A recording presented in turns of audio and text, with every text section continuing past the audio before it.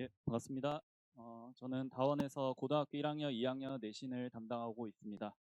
어, 이제 3월부터 또다시 이제 중간고사 본격적으로 대비하는 지속되고 있는 연합반에 대해서 3월부터의 과정을 설명드리고자 이 자리에 섰습니다. 제가 뭐 대치동에서 그렇게 인지도가 높은 편이 아니기 때문에 저에 대해서 조금만 설명을 드리자면요. 저는 이제 올해로 대치동에서 4년차 내신 대비를 담당하고 있고요. 그 전에는 이제 관악구에서 이제 강사를 시작했고 최상위권 학생들을 담당하다가 대치동으로 넘어온 상태입니다.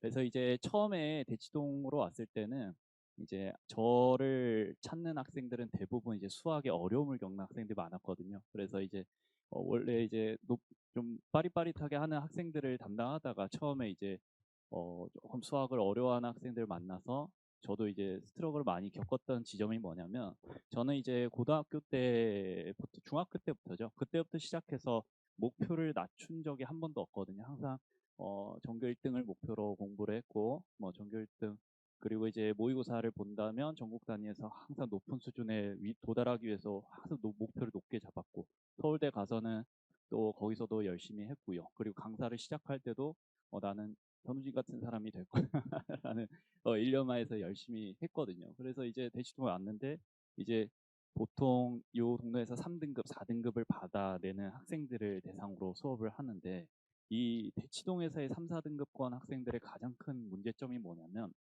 이제 그 약간 이렇게 말하면 될까요? 약간 패배 의식이라고 할까요?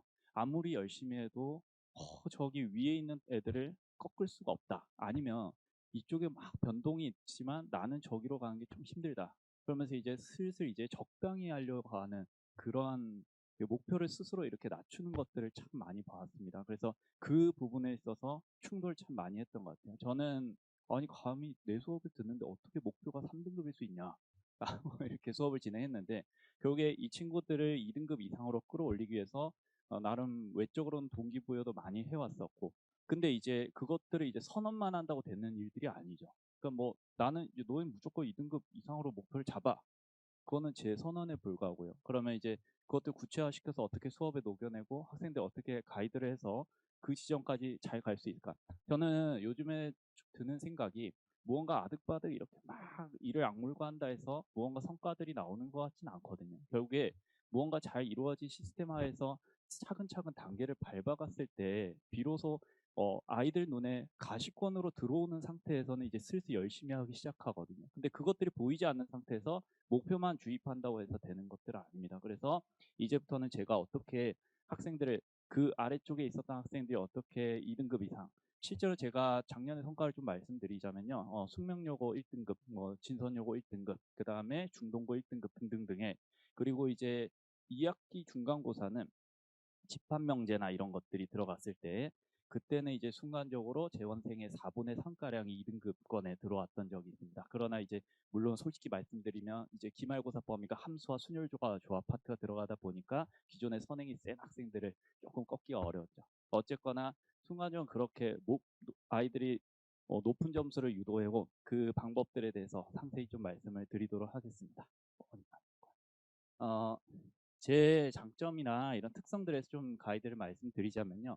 저는 이제 자신 있게 말씀드릴 수 있습니다. 제가 이제 학생들, 수학이 약했던 학생들이 심화 개념까지 나가고 끝자락에 있는 문제들까지 풀어내는 그 가이드를 가장 잘하는 사람이라고 생각을 하고 있고요. 그래서 제 장점은 심화 개념 정리와 그것들의 문제풀이에 어떻게 연계되는지 설명하는 이 과정. 이것들이 제가 가진 가장 큰 장점이라고 말씀드리고 싶습니다.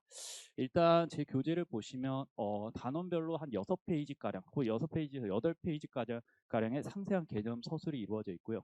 그리고 거기로부터 여러 가지 출제 요소들을 안내를 합니다. 이런 개념에서 이러한 출제 요소들이 나타날 수 있어. 그리고 이 출제 요소에 맞춰서 이러한 문항들이 존재하고 이 출제 요소에 대해서 이러한 접근법을 취한다면 이러한 문항들을 한 묶음으로 묶어내서 네가 해석하고 풀어낼 수 있을 거야를 수업 시간에 가이드 해줍니다. 출제 요소랑 조금 제가 구분 지어 드리고 싶은 게 뭐냐면 유형이죠. 이거는 굉장히 조심해야 될 지점인데요. 유형 1이 있고 유형 2가 있고 유형 3가 있습니다. 그러니까 이제 유형이란 것은 사실 문제를 굉장히 상세하게 쪼개 놓은 그런 것들을 얘기하는 거거든요. 근데 이제 유형은 나누면 나눌수록 정말 많이 만들 수 있거든요. 그럼 이렇게 공부했을 때 아이들이 이것들의 조합이나 이런 여러 가지 공통점이나 이런 것들 파악하기 어렵고 너무 공부해야 될 양을 늘리는 공부법이에요. 결국에 지향해야 될 점은 뭐냐면 다 하나라는 거죠. 이 단원이 지향하는 개념이 이런 것들이니까 이 단원 속에서 결국에 하나의 출제 요소로 묶어가는 과정, 즉 묶어가면서 공부를 지향을 해야 되고, 출제 요소란 건 이런 것들입니다. 출제 요소 원 이런 식으로 여러 가지 유형을 한 묶음 단위로 묶어서 아이들 눈에는 다 서로 달라 보이는 문제들이 사실 하나의 풀이로 귀결될 수 있었던 것들이죠. 그래서 이런 것들을 제가 풀이 과정을 정리해주고 수업 시간 이런 거 다룬다 보시면 되겠습니다. 그래서 출제 요소별 접근법을 상세하게 소개하고 있고요. 거기에 맞춰서 문제들을 쭉 소개하고 있습니다. 그리고 또 하나 말씀드릴 거는, 이렇게 출제 요소별로 묶어서 공부하다 보면 하나의 문항에 대해서 여러 가지 접근법을 취할 수 있게 됩니다. 그래서 이 문제를 접근하는 다양한 방법, 풀이법을 소개해주고, 그리고 마지막에는 이것까지 지정을 꼭 해줘야 돼요, 학생들이. 이 여러 가지 3가지 이상의 풀이가 있는데 실전적으로 효과가 있는 것, 혹은 좀 더 우선순위에 있는 풀이는 이런 것들이야. 이런 우선순위까지 학생들이 지정을 해줘야 실전적으로 아이들이 시간 내에 1분 안쪽에 문제들 풀어내는 그런 개념, 출제 요소, 풀이법 이런 것들 머릿속에 잡힌다 보시면 되겠습니다. 뒤에서 좀 더 자세히 말씀을 드릴게요. 자, 두 번째는 이제 풍부한 자료. 이거는 요즘 시대는 자료가 넘치면 넘쳤지 모자라진 않거든요. 그래서 제가 가지고 있는 여러 가지 자료들은 이제 뭐 당연히 모의고사 기출, 수능 기출들, 그리고 이제 강남상고, 목동, 뭐 전사고, 내신 기출 여러 가지 기출들, 몇 개년에 걸쳐서 기출들이 꼼꼼하게 출제 요소별로 분류가 되어 있습니다. 그리고 이제 뭐 EBS나 시중 교재들 각각의 의미 있는 문항들도 학생들에게 소개를 해주고 있죠. 근데 이거는 너무 넘치기 때문에 잘 가공해서 제시를 해줄 필요가 있거든요. 그래서 제가 이제 아이들에게 제공하는 컨텐츠들은 크게 봤을 때 주교재가 있고, 그다음 보조적으로 아이들에게 주는 컨텐츠들이 빈출 유형 휘어잡기, 그리고 모의고사 기출과 변형, 그리고 학교별 모의고사 20회 정도 아이들이 내신 대비 직전에 20회 정도의 타임 어택을 하는데 학교별로 좀 시험지들이 다 다르게 나갑니다. 그 다음에 학교의 스타일에 맞춰서요. 그리고 이제 학교의 각각의 부교재 문항들이 있는데 아이들이 전부 다 유사 문항을 달아서 마지막까지 연습을 시켜서 보내고 있습니다. 그래서 이렇게 가공된 컨텐츠를 아이들에게 제공하고 있고요. 그 다음에 이제 심화 과정 안내가 여러 가지 순환 구조에 걸쳐서 이루어지고 있습니다. 그래서 지금은 이제 방학 때 마지막 개념 정리 단계에 있고요. 2월 달부터는 1학기 기말고사 범위에서 개념 정리가 마지막까지 들어갈 겁니다. 그리고 이제 3월부터는 실제로 여러 가지 출제 요소와 접근법들이 익혔다면 그것을 조합해서 어려운 문제들을 풀어내는 이 훈련을 마지막에 시켜서 시험장에 4월에 타임어택 훈련을 할 수 있게끔 그 빌드업이라 할까요? 이 내공을 쌓는 과정을 제시하고 있습니다. 그 다음에 이제 마지막은 관리에 대해서 뒤에 좀 더 상세하게 자세히 말씀드리겠습니다. 일단은 제 교재나 문제 구성이나 이런 것들을 말씀드리자면요.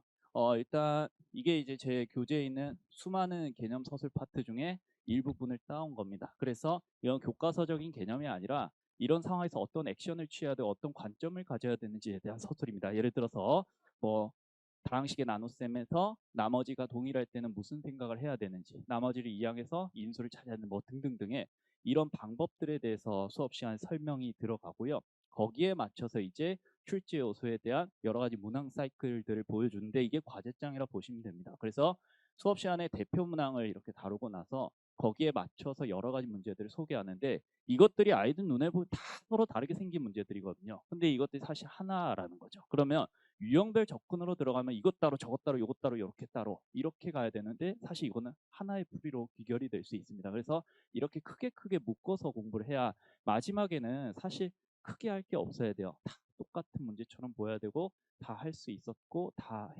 해봤던 문제들 이런 식으로 사실 내신은 암기에 의존하는 경우도 조금 있거든요. 근데 그 암기라는 게 맥락이 있어야 많은 양을 해낼 수 있는 건데 그 맥락들이 이렇게 묶여가는 거라고 보시면 되겠습니다. 그 다음에 이제 자료에 대해서 조금 더 말씀드리면 요즘에는 이제 제가 수업 시간에 테스트도 정말 꼼꼼하게 활용을 해야 되는 게 수업 시간에 모든 문제를 다 다룰 수는 없습니다. 그래서 기본적으로 아이들이 지금까지 선행 단계에서 공수원, 투 등등의 선행 단계에서 이미 풀어봤던 문제들을 복습 차원에서 테스트로 검증을 하는데 2단계로 가거든요. 테스트를 2번 치르는데 첫 번째 테스트는 빈출 유형, 흔한 유형, 바로 보자마자 풀어야 그래 그렇게 문제 풀이를 시작해야 뒤에 가서 어려운 문제에 시간을 남길 수 있는 보자마자 풀어야 되는 문제 30제 30분을 진행을 하고요. 거기에 맞춰서 이렇게 만약에 아이가 30분 잡고 저는 꼭 끝번을 보도록 유도를 하거든요. 마지막에 30번 문제 보고 끝내야 돼. 그러면 중간에 막히면 넘어가야 된다. 막히면 넘어가자. 10초 막히면 넘어가라. 계속 그렇게 해서 30번까지 진행을 하고 나면 아이들이 보자마자 안 풀렸던 문제들이 쭉 소팅이 됩니다. 그러면 거기에 대해서 유사히 이제 클리니지가 나가요. 이것도 그냥 똑같은 문제 주는 게 아니라 조금 발전된 구성으로 줍니다. 그래서 이렇게 한 사이클로 연습을 하는 그런 테스트 구성을 하고 있고요.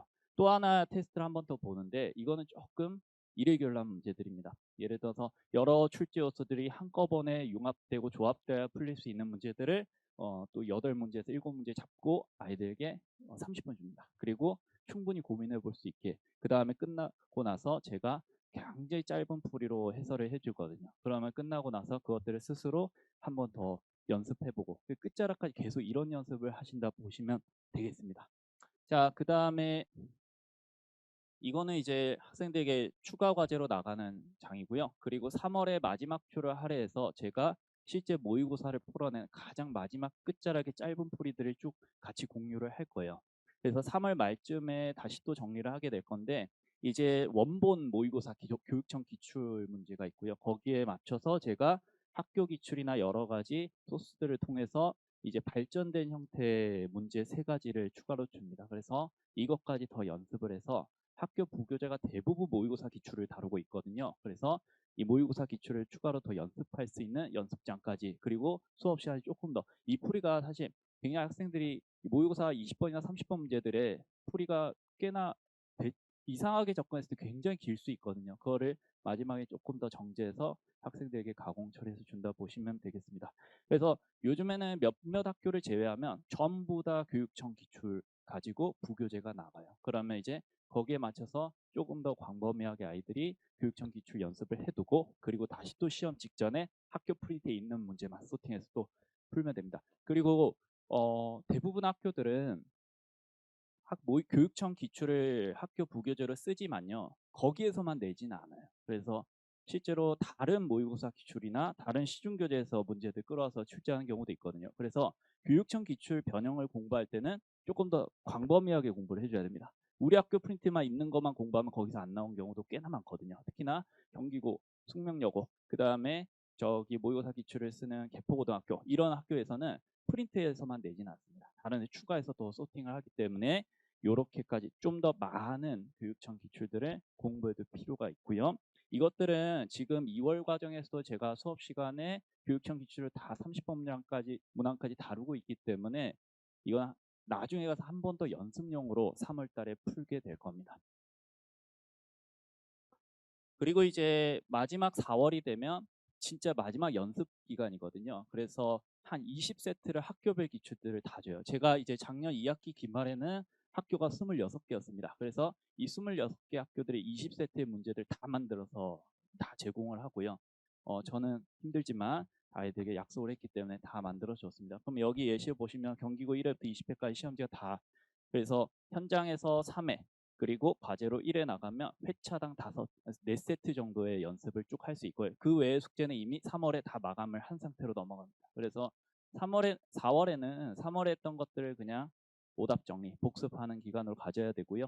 이미 3월에 끝나 있어야 됩니다. 그리고 그쯤 되면 아이들 머리에 이미 다 등급이 떠 있는 것 같거든요. 그래서 이제 그때까지 아이들 쭉 닥달해서 열심히 시키고요. 4월부터는 이제 그것을 확고히 하는 그리고 플러스 마이너스 10점을 노려서 연습을 하는 그 과정이라고 보시면 되겠습니다. 이거는 이제 현장에서 아이들이 시험을 치는 그런 모습입니다. 그래서 요거까지 해서 시험장 마무리가 되면 아이들에게 시험장에 들어갈 수 있는 자격이나 이런 실력이 주어진다 보시면 되겠습니다. 그래서 이거는 이제 제 순환 과정이라 보시면 되겠고요. 얘가 이제 지금 2월에 하고 있는 과정이고 실전적인 개념이 무엇이고 그리고 출제 요소가 무엇인지 거기에 대해서 무슨 반응을 해야 되는지 정리하는 과정이고요.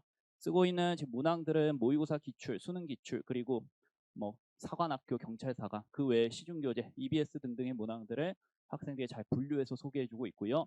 그 다음에 3월부터는 아주 어려운 내신 기출들까지 다루되 이것만 하면 부족하기 때문에 곁다리로 빈출형 휘어잡기와 여러 가지 다른 소스로 기본 문제들도 정말 잘 푸는 게 중요하기 때문에 그걸 추가로 더 소개해주고 있습니다.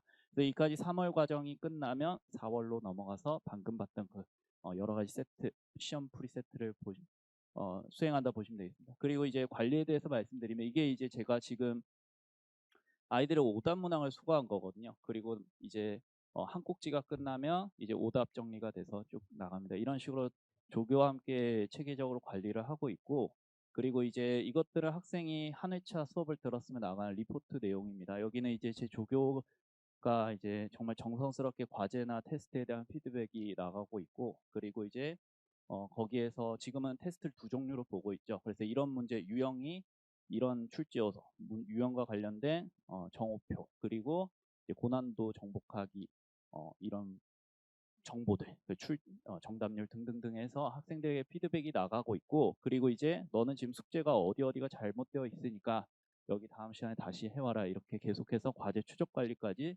이루어지고 있습니다. 그리고 이제 지금은 겨울방학이라 월화수목금 1시부터 5시 사이에 제가 조교와 함께 클리닉을 진행을 하고 있고, 그리고 이제 3월부터는 항상 수업 후에 10시부터 12시까지 아이들 테스트 마감이라든지 과제 못 풀었다 이런 것들 마감하고요. 진짜 안 되는 학생들이 있거든요. 주중에 너무 바빴다든지 그러면 그 친구들은 일요일에 이제 2시부터 10시까지 창구가 열려 있으니까 와서 과제물을 마무리하고, 그리고 이제 만약에 나는 더 문제를 풀고 싶다 이런 학생들은 뭐 충분히 자료들이 다 마련이 되어 있기 때문에 2시부터 10시 사이 또 방문을 해야 됩니다. 이거는 그때 가서 상세하게 또 말씀드리고, 3월부터는 아까 말씀드렸다시피 이런 순으로 커리큘럼이 이루어질 예정입니다. 자, 지금까지 제 수업이나 사이클에 대해서 쭉 말씀을 드렸습니다. 지금 항상 저는 목표가 높거든요. 저희 학생들 참 목표가 높았으면 좋겠는데 참 어렵죠. 이 동네가 내신 따기가 너무 어려운 게 학생이 너무 공부를 많이 하고 옵니다. 그래서 상대적으로 등급 따기 어려운데 그래도 이제 퍼센티지가 10%까지 내려왔거든요. 그러면 저는 학생들 강조를 하는 게 확고한 3%는 뚫기가 어려워요. 여기는 넘봐서는 안 되고요. 여기는 이건 잘못된 목표죠. 그런데 이제 간간히 4%의 TO가 나올 때가 있고, 그래 학교가 좀 세지면 이게 좀 늘어나긴 하는데, 이 10% 안쪽으로 들어가는 거는 아까도 김은석 선생님께서 말씀하셨지만 5%에서 20% 사이에 있는 학생들 큰 차이가 없어요. 그러니까 여기서 얼마나 더 확고하게 연습이 잘 되냐, 시스템으로 얼마나 잘 연습이 되어 있냐가 결정을 하는 거라서 충분히 목표를 1등급으로 잡고 가도 괜찮을 것 같습니다. 그리고 지금 서울대 입시안을 잠깐 간략하게라도 냈거든요. 지금 내신도 5등급제가 돼서 믿을 수가 없고, 그 다음에 수능도 통사 통과로 걸러서 오는데 서울대는 믿을 수가 없는 거죠. 그래서 지금 아마 입시 요강을 봤을 때 지금처럼 수시 일변도로 가거나 아니면 나는 정시 파이트 할 거야 이런 식으로 이분법적으로 입시를 준비한 건 말이 안 됩니다. 지금 입시를 잘하기 위해서는 내신도 잘 잡아가면서 놓치지 않아가면서 수능까지도 잘 놓치지 않는, 크게 봤을 때 장기적으로 봤을 때는 수능까지 휘어잡는 개념 구조나 이런 것들이 필요하거든요. 그래서 저는 학생들이 근시안적으로 내신 대비에 맞춰서 우리 학교는 이렇게까지 어렵게 나오지 않으니까 공부를 좀 약하게, 그거는 4월에 결정하는 거고요.